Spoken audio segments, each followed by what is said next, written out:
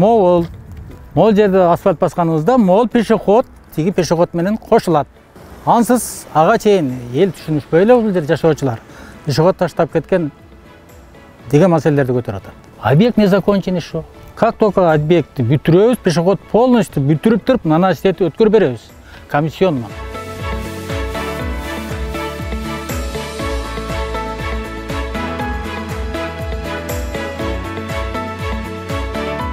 Эки дүкөн ушул жолдун тротуары менен ирригацияны толук аяктоого тоскоолдукту чоң жаратып атат.